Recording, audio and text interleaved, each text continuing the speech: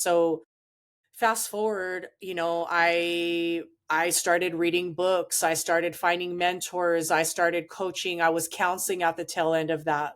My marriage, I had marriage counseling for myself, and I didn't realize I was doing more than just divorcing. Like, this is more than just divorce. This is ancestral. Like, I was like really healing generational ancestral trauma for the women in my family. My lineage is very silent, very suppressed, very powerless, very voiceless. And I was doing the work that they couldn't do. And I knew that this was so much bigger than divorce. Like, I mean, divorce is simplifying it, because I didn't realize what was going to be on that path after that. But mind you, I mean, there we were in and out of court. I mean, kids fighting over custody. My son at 14 ended up wanting to go live with his dad. That was worse than divorce, because I went through another dark night of the soul where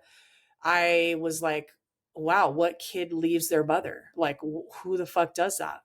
And I didn't realize that in the act of doing that, he was teaching me unconditional love.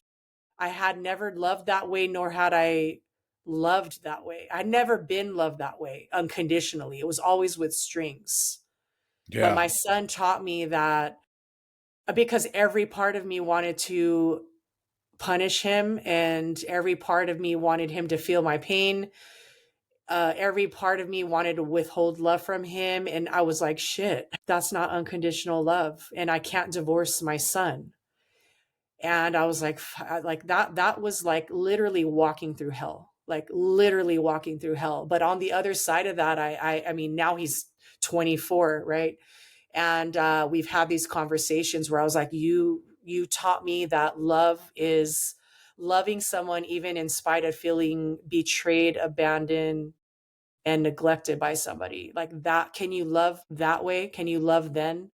Can you love when you feel rejected by your child, right? And so I realized that I never loved myself that way, nor was I loving either any of my kids that way. And so as hard as that was, like, I had to set him free and like really rediscover self-love. And so, I got certified as a coach. I am now in graduate school for a master's in psychology and transformation and consciousness. I have sat in many plant medicine ceremonies. I love living in the ethereal spirit realm. I've been in lots of ceremonies. I love ritual. I'm connecting with my Italian shamanic roots, Italian folk medicine, and obviously there's a lot more all in between that. But this is why the name Mystic for me is, I really connect with that. I grew up Catholic and Christian, but I see myself as more of a seeker of um spirit, like really having a relationship. I would say when I was, when I identified as Catholic or Christian, which is beautiful, there's nothing there, I'm not speaking against that.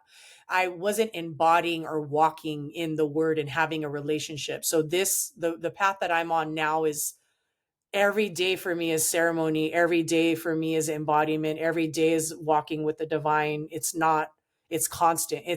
It's a relationship that I have with myself within, like.